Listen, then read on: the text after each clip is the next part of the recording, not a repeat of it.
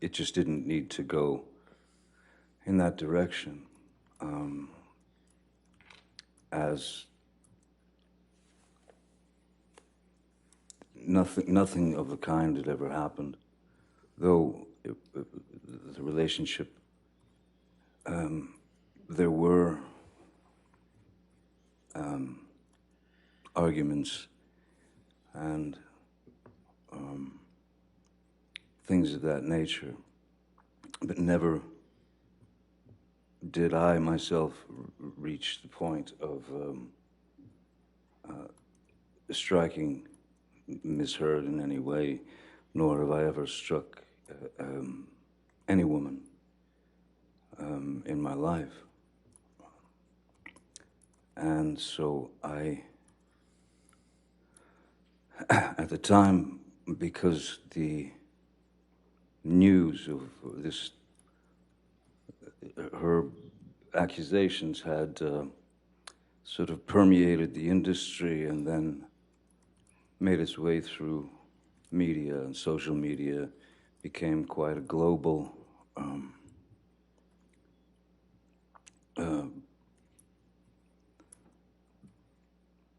let's say, quote-unquote, fact, if you will.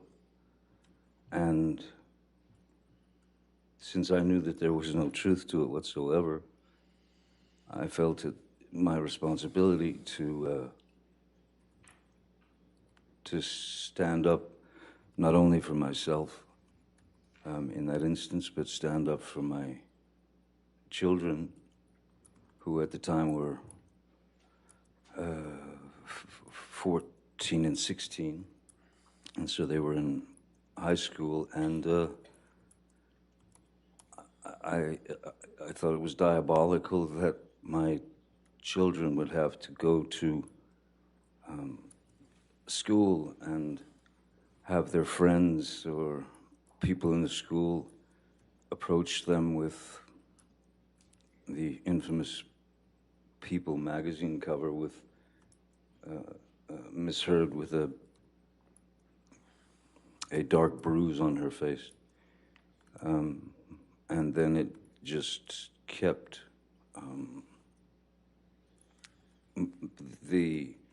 it kept multiplying. It just kept getting bigger and bigger. So it was my responsibility, I felt, to not only attempt to clear my name for the sake of, well, for many reasons, but I wanted to clear my children of this horrid thing that they were having to read about their father, which was untrue. And also, after many years of being in this industry, at the time, it was probably, I'd probably been in the industry 30 plus years, 35 years. Never had any problems, anything like that. And I had met many people over the years, many of the people, and had the opportunity to talk to those people and to even give advice to these people. And I'm not, my goal is the truth. My goal is the truth because it killed me that people that I had spoken with, that I had met with over the years, who maybe were in a not such a great position and they needed advice, and I gave them the best advice I could. All I could think of was that those people would think that I was a fraud and that I had lied to them. And so I had to wait for my opportunity to address the charges, which were criminal charges. And they just weren't true. So I felt the responsibility of clearing the record as the only way that I could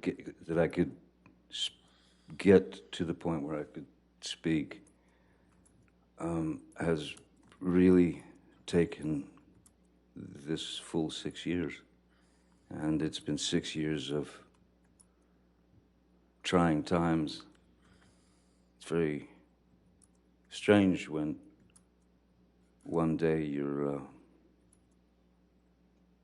Cinderella, so to speak, and then in 0.6 seconds you're Quasimodo. And I didn't deserve that, nor did my children, nor did the people who have believed in me for all these years. I didn't want any of those people to believe that I had done them wrong or lied to them or that I was a fraud. I pride myself on honesty. I pride myself on truth. Truth is the only thing I'm interested in. Other lies will get you nowhere, but lies build upon lies and build upon lies. It's too much to cover. I'm obsessed with the truth, and so today is the first opportunity that I've been able to speak about this case in full for the first time. Mr. Depp, how do you feel about the intimate details of your life being aired in this process?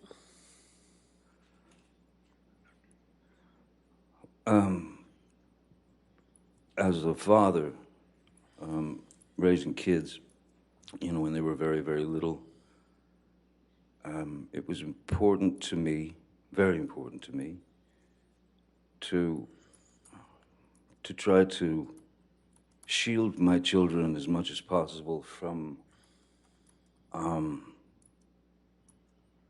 looking at their father or their mom, for that matter, as novelties. I didn't want my children to experience hordes of paparazzis. So I was always a very private person.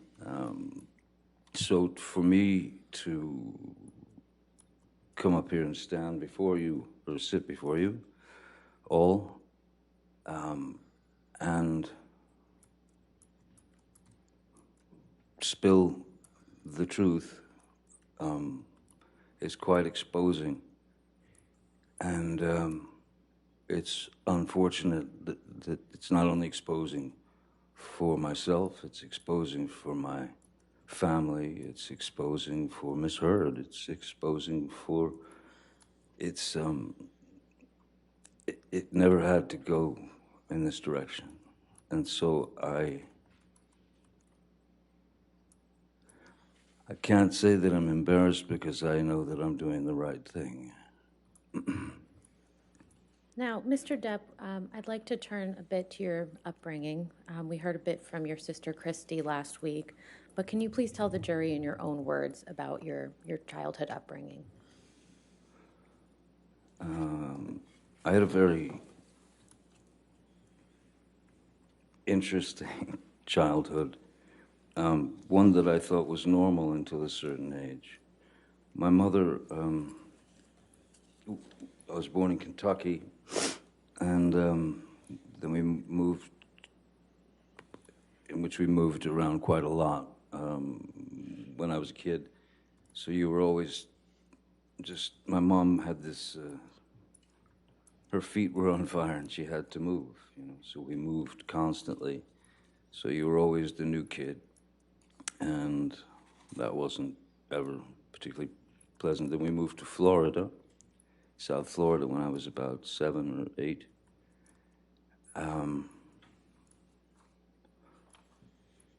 And again, moved several times but my mother was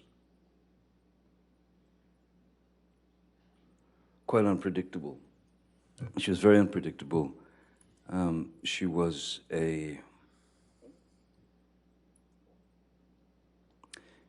she had the ability to be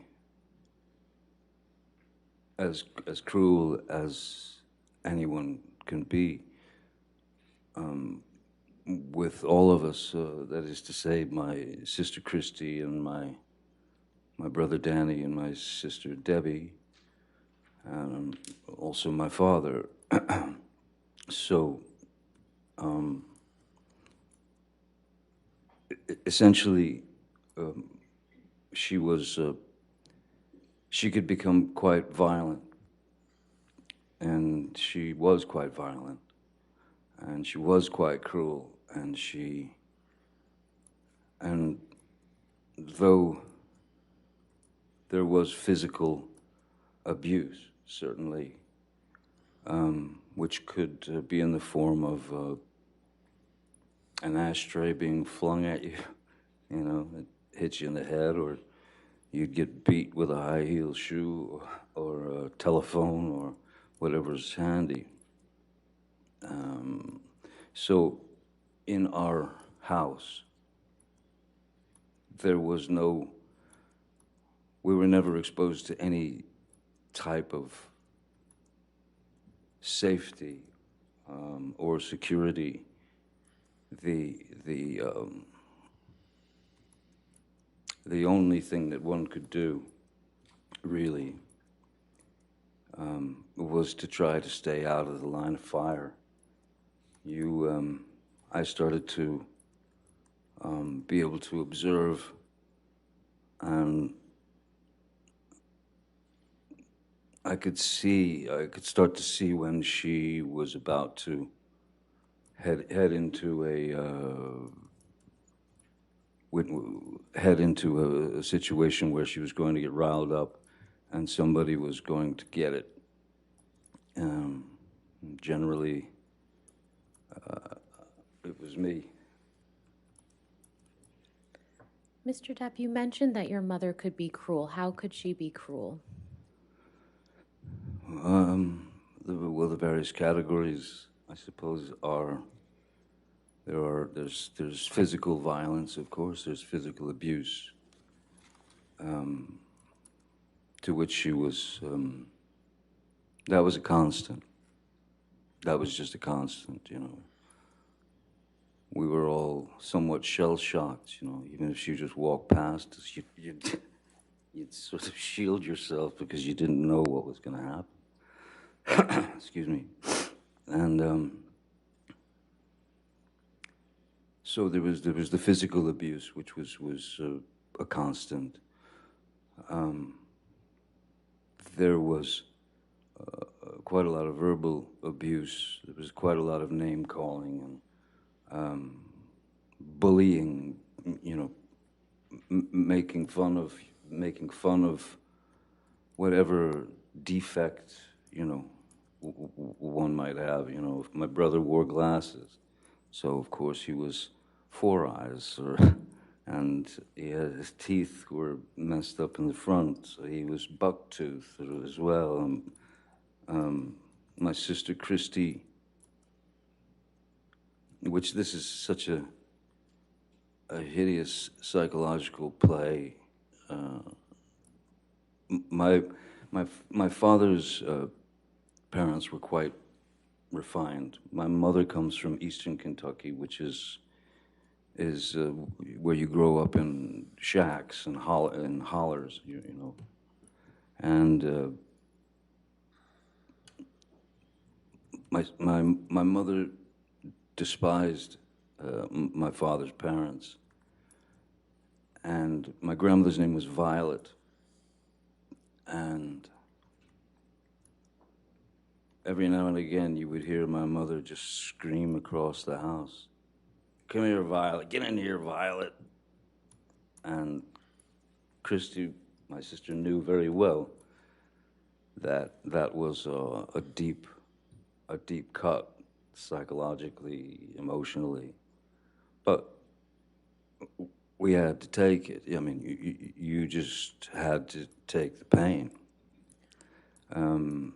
I was born with a very strange, it was a very rare thing in my eye, as the back of the lens is spherical, normally is spherical, so in this eye it isn't normal.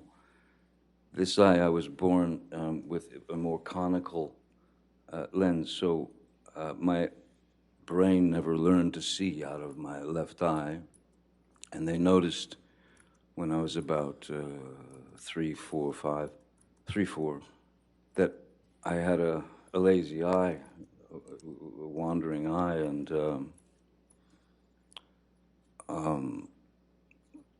she would call me cockeye, one eye,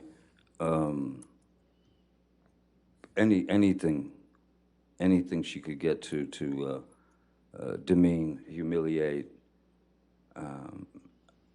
I even had to wear an eye patch on my good eye to strengthen my bad eye, so that it would cease to wander. It was exercising the muscles of the eye, though the brain had never learned to see. So I still, my vision in my left eye is, I'm legally blind in my left eye.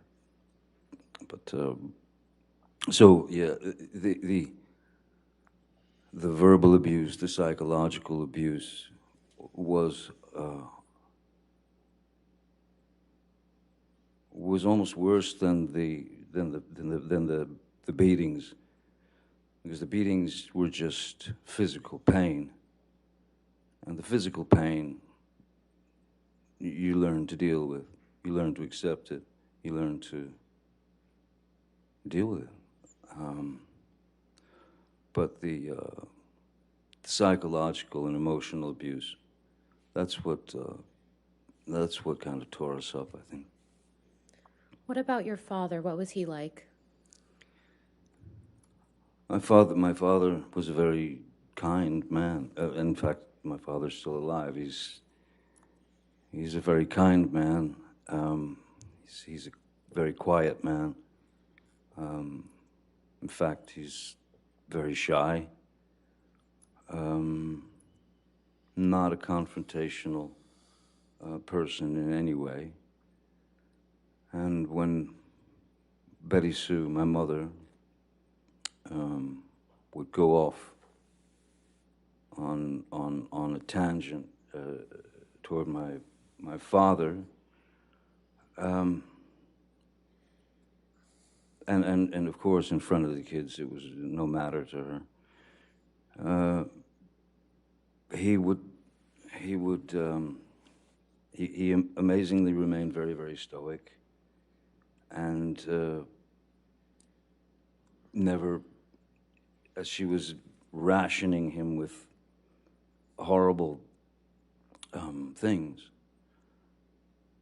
he stood there and just looked at her while she delivered the pain, and he swallowed it. He took it. There was never one moment, never a moment when my father lost control and attacked my mother or hit my mother, or even said a bad thing to my mother. The things that I witnessed were, there were a couple of times when it got too far, that I could see his eyes welling up as he was staring at her, saying nothing.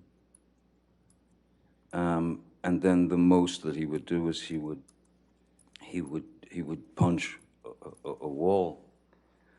I once saw him punch a wall and shatter his hand, because it wasn't drywall. It was proper concrete and steel wire and rebar and things of that nature. And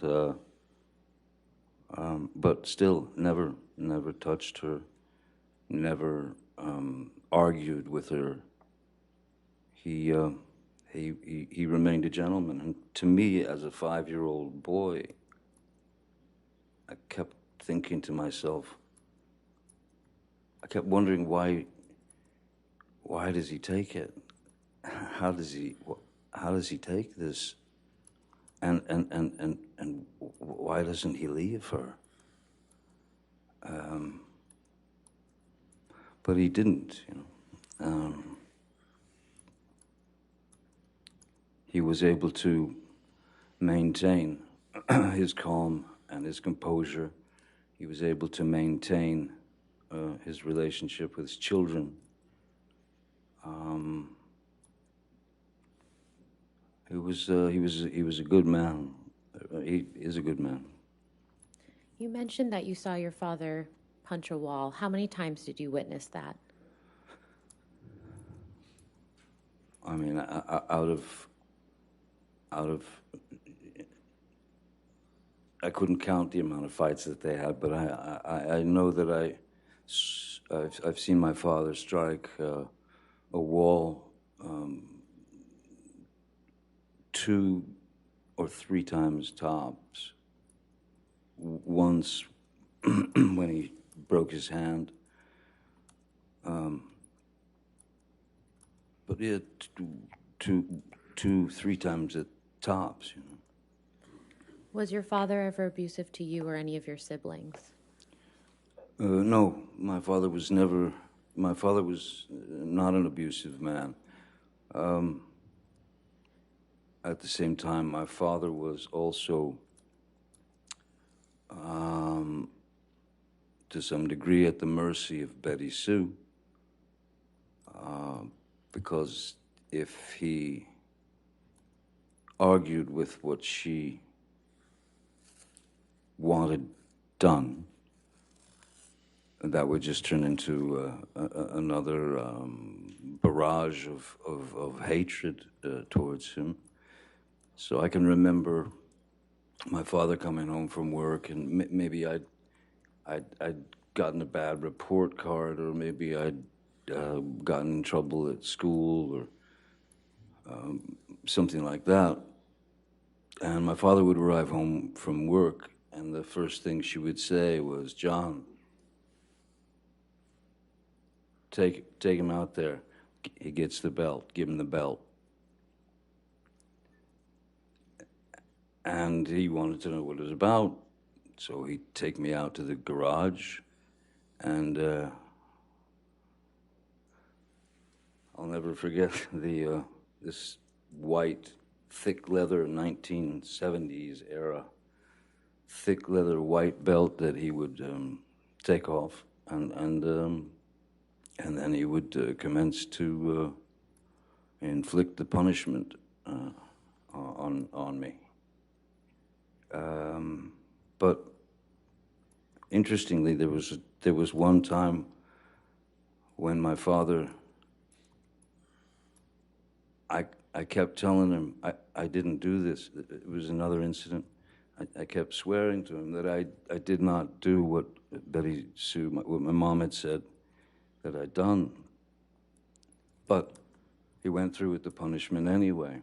And then, not long after, he found out that I had been telling the truth and that I hadn't done what my mom had said that I'd done. And he came to me and apologized to me for having gone through with the whipping, you know, with the belt. And I have to say, my mom never did that. She couldn't. She knew what she knew. She was raised how she was raised. And I had no power to change what was inside of her, you know. How did your parents' relationship ultimately come to an end, to your understanding? When my father left, I didn't realize that he had left. He left for, I was 15. I had already left school, and I was a musician. I was playing in clubs and such.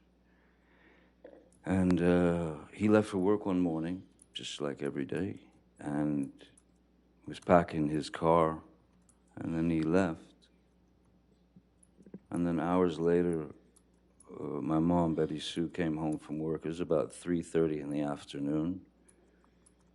And she walked in the door and stopped and just looked around like she felt something. And she just, I said, "What's wrong?" She said, "Your daddy's gone." I said, "Well, yeah, I seen him leave for work this morning." She said, No, he's gone, he's gone. And she ran into their bedroom and into their closet, and I followed her, and she opened the door, and there was his rack of clothing and all his belongings were gone. And she was quite upset. And I took her car and drove to my father's work, and I sat down in front of him at 15, and I said, "Listen, seems as though somebody stole all your clothes out of the closet." And he said, yeah. He said, "I'm done. I can't do it anymore. I can't live it anymore. You're the man. You're the man now." And those words didn't quite sit well with me. I didn't feel like I was ready to hear those words. But that's what I got.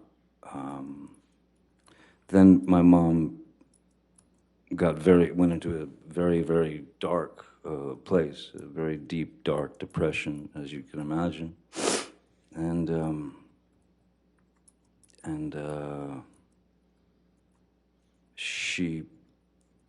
one afternoon I woke up, I'd fallen asleep, and I woke up and walked out into the living room, and I saw my mother, like very feebly, and like almost, it was like a slow motion crawl. If I could stand up, I could show you just what I saw. Do you mind? No, you can stand up.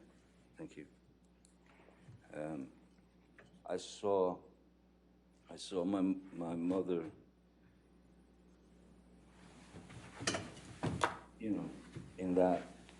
in that mode. So instantly, I knew that something was dreadfully wrong,